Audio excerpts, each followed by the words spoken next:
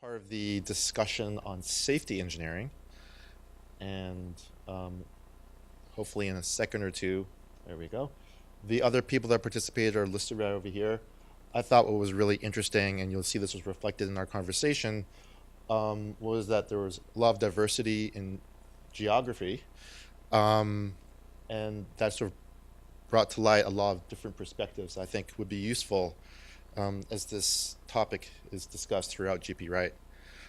So I just take a few minutes to sort of set the stage of sort of how I sort of view the role of safety in the context of GP Write and maybe more broadly in synthetic biology by sort of like drawing a parallel to a lot of efforts that we're probably a lot more familiar with, which have really involved safeguarding information that many of us care about in the internet, whereby over the past several decades, this incredible technology has emerged that allows us to basically access and disseminate information throughout throughout the world in a matter of seconds.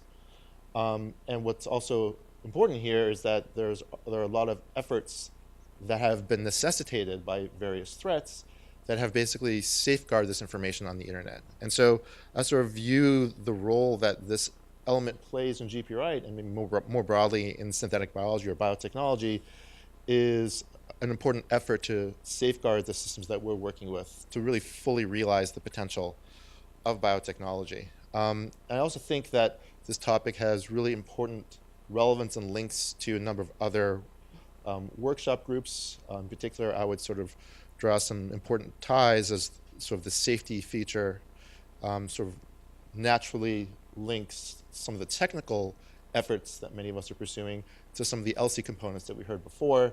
And I'll sort of reference some important quotes from the Presidential Bioethics Commission report that came out a number of years ago in synthetic biology and really highlight its relevance to GP Write and some of the endeavors that we're setting out to pursue, where clearly there's tremendous opportunity, but we also really have to pay attention to any potential risks that might emerge with the ultimate goal of really enhancing humanity and the environment.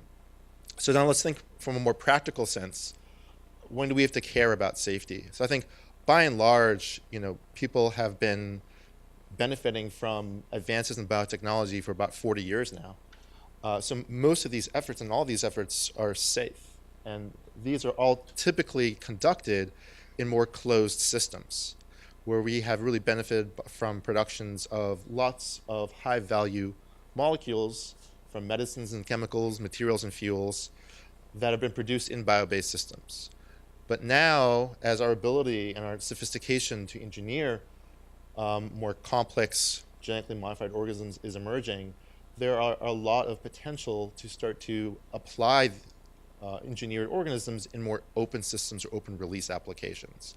And I think it's in this context that we really have to take some of the dialogue and some of the early steps that have been developing in this particular area over the past 30 or 40 years and really advance them. And so some specific examples might be engineered probiotics, which could be deployed in clinical settings, or engineered microorganisms that could solve a number of important environmental applications that could span from bioremediation to carbon sequestration, for example. And so these efforts really are going to require robust biosafety and biosecurity measures. The two technical features I would sort of bring to light right now really rely on engineering intrinsic biocontainment, which effectively links the viability of engineered organisms to defined synthetic environments so that basically they cannot just grow in the wild in nature. And the other element is genetic isolation. We've heard these a number of times throughout the meeting, but effectively being able to prevent the exchange of genetic material between organisms or between organisms and viruses. And these concepts are not entirely new. In fact, some of them were first introduced over 40 years ago when recombinant DNA technologies were first presented, but now these are really becoming important engineering objectives that we actually have to address. And sort of going beyond that, there's a lot of important reasons to think about engineering these types of safeguards into the systems that we're working in. I've covered a number of them. And there's also some important aspects from an industrial perspective that could really enhance the distribution as well as potentially foster more partnerships across industry if certain types of organisms and their proprietary efforts have been basically secured.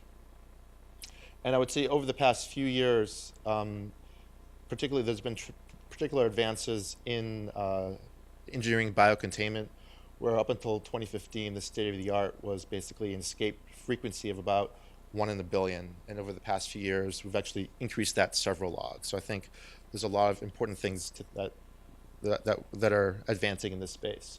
Now, sort of bring us down to what we discussed during lunch. I'm trying to sort of break this down to a number of the key points. One of the interesting one was first messaging around the term safety. So is that actually the right terminology that you want to go after? Because it gives this connotation of an all versus nothing. And perhaps a lot of what we're doing really is safe, but what we want to really do is enhance those safety features or endow more safeguards. And the other element here is really to think about more considering the relative levels of risk, and if that might be the more important element here to focus on. And related to safety is how do we actually define safety? This is also where the various people from China, Japan, and the US sort of had different perspectives. It could be defined differently in different countries. And clearly, the use and the application of those really will guide the types of safety measures as well as the associated risks. So there's a lot of clarification that needs to be introduced surrounding this. And if you sort of think about and drill down more on the topic of risk, we really should come up with metrics to determine what levels of risk are needed for a given use. So can we, given some of the state-of-the-art safeguarding technologies that we've developed to date, can we immediately employ them for various applications, both in closed and open systems?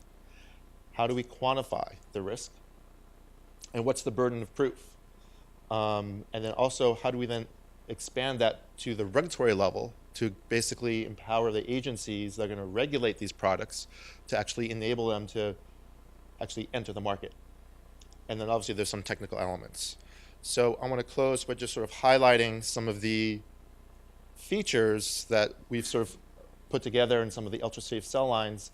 I'll just leave it up here because you guys saw this in the paper that was published last year as well as in George's talk from yesterday, and just sort of open the floor back to my colleagues who participated in the discussion to see if there are any salient points that we discussed that I might have missed in this discussion. So I'll sort of pause here, see if there's any points that others think we need to raise, or if there are questions from the audience that you'd like to discuss at this point as well.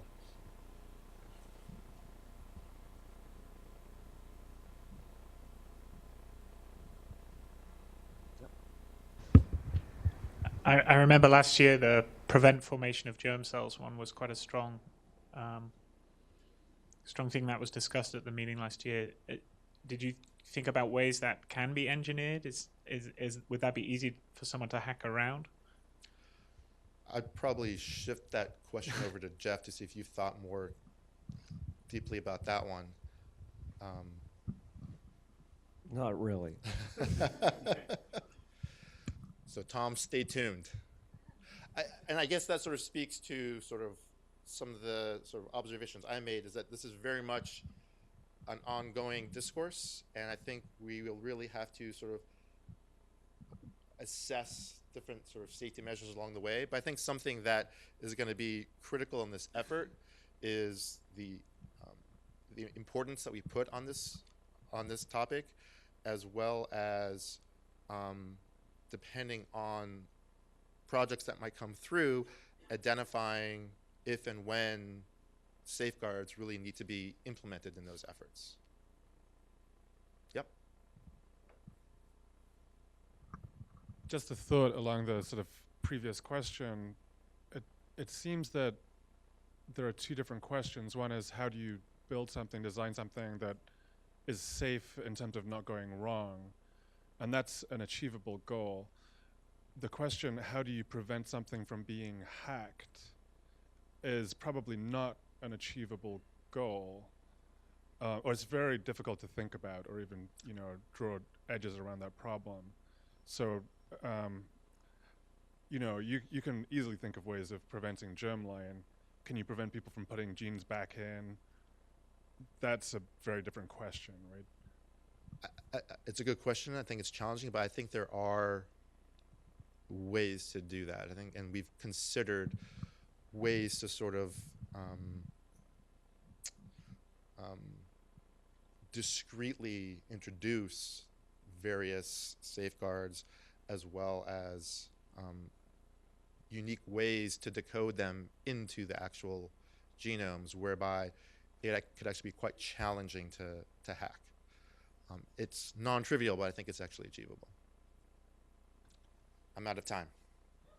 Thank you.